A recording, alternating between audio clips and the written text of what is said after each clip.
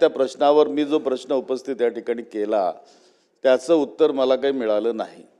या उलट वित्तमंत्री महोदय जरा थांबा ना, आता तुमचाच विषय या ठिकाणी आला आहे,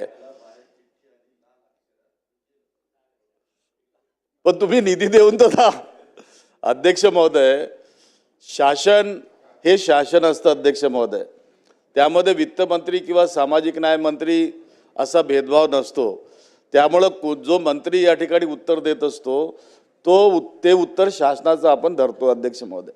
उरला प्रश्न या ठिकाणी अध्यक्ष महोदय, मी स्वतः PhD केलेली आहे आणि PhD करिता काय त्रास होतात मला माहिती आहे। जे विद्यार्थी सब्जेक्ट निवडतात त्या विद्यार्थ्यांना सब्जेक्ट हे तो जो गाईड असतो, तो गाईड जे विषय देतो त्या विषयामधनं तो सब्जेक्ट निवडला जातो। ठीक आहे की काही सब्जेक्ट असे असतील की जे सब्जेक्ट त्या निकषात येत नसतील तर त्याला कोण ठरवणार? सामाजिक न्यायाच्या प्रश्नावर जर सब्जेक्ट ठरवायचे असतील तर त्याचे निकष सामाजिक न्यायाचे जे एक्सपर्ट्स आहेत त्यांची कमिटी करून त्यांच्या माध्यमातून घेण्यात आलेत पाहिजेत। तर आणि ते येत असतील तर त्या ठिकाणी त्या विद्यार्थ्यांना न्याय दिला पाहिजे।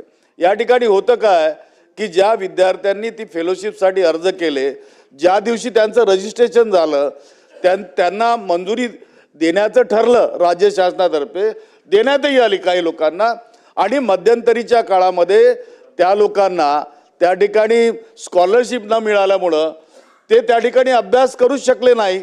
त्यामुळे त्यांचा जो PhDचा अवधी आहे तो वाढत गेला, त्याच्यात तफावत आली।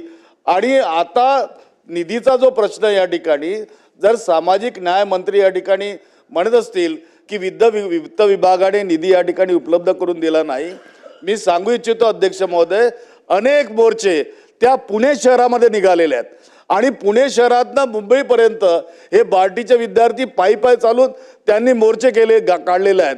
आपण उपमुख्यमंत्री महोदय या ठिकाणी बसले आहेत, ते राज्याचे उपमुख्यमंत्री आहेत, सामाजिक न्यायाच्या बद्दल त्यांची संकल्पना प्रगल्भ आहे, तरीही आपल्या नेतृत्वात जर निधी अभावी या विद्यार्थ्यांचं नुकसान जर होत असेल तर तो निधी राज्य शासन या ठिकाणी उपलब्ध करून देणार का, हा थेट प्रश्न माझा आपल्या माध्यमातून माननीय उपमुख्यमंत्री आणि वित्तमंत्र्यांना आहे।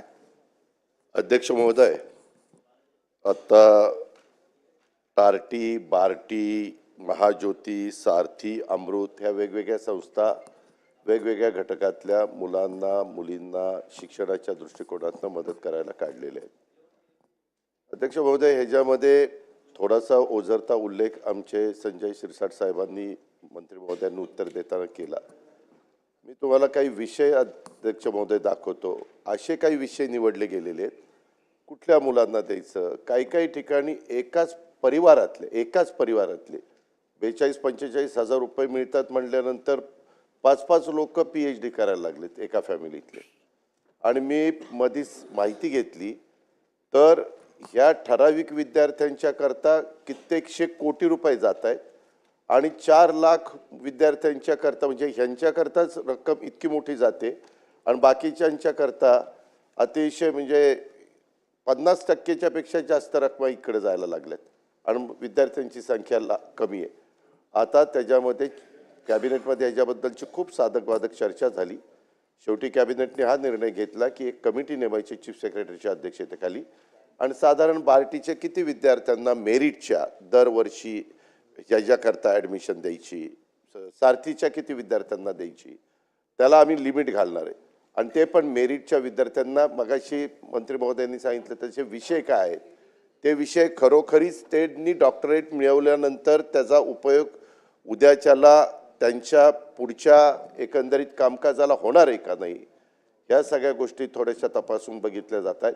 मागं झालं ही गोष्ट खरी आहे, त्यावेळेस निवडणुकीचा काळ होता, निवडणुकीच्या काळात ते विद्यार्थी उपोषणाला बसायचे, नको नाराज नका करू, द्या द्या द्या द्या द्या द्या द्या द्या अशा पद्धतीने हे सगळं झालेलं आहे।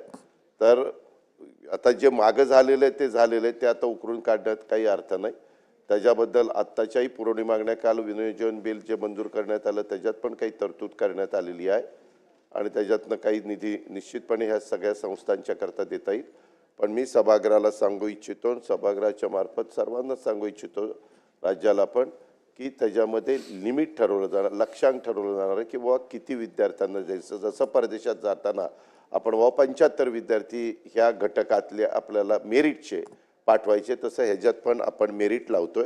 आणि राऊतसाहेब, तुम्ही आपण एकत्र काम केलेलं आहे, त्याच्यावर तुम्हालाही माहिती आहे मी कधी कुठल्याही घटकावर अन्याय होईल अशा प्रकारची कुठलीही गोष्ट करत नाही. नेहमी समाजातल्या वंचित वर्गाला, ज्यांचे ऐपत नाही आई वडिलांची पण त्यांनी ते मेरिटमध्ये आहेत आणि त्यांना सरकार म्हणून आपण मदत केली पाहिजे आणि त्यांचे विषय चांगले आहेत, अशांना मदत करायला महायुतीचं सरकार हे प्राधान्य देतं आणि नेहमीच मदत करतं, पुढेही देत राहील.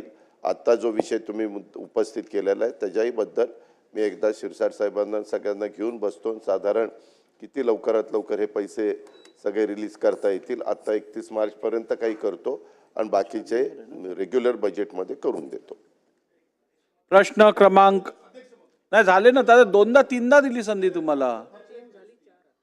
महोदय, या ठिकाणी मांडत असताना माननीय वित्तमंत्री आणि उपमुख्यमंत्री म्हणाले की निकष जे सब्जेक्ट्स आहेत त्याच्याबद्दल त्यांनी या ठिकाणी सांगितलं.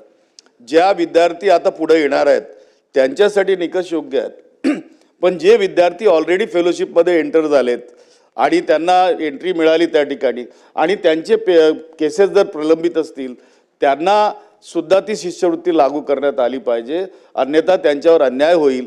हा त्यांचा महत्त्वाचा इश्यू आहे, कारण 2022 पासून ते पेंडिंग आहेत.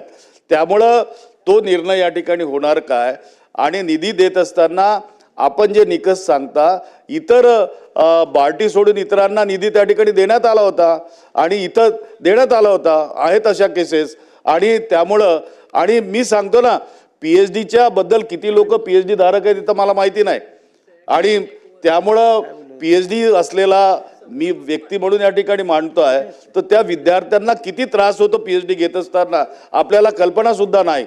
आणि त्यामुळं मला तरी वाटतं की त्यांचा अपमान होऊ नये, असं कृत्य होऊ नये. काही गोष्टी या ठिकाणी ज्या आल्या त्या डिलीट कराव्या. ठीक आहे. प्रश्न क्रमांक 4.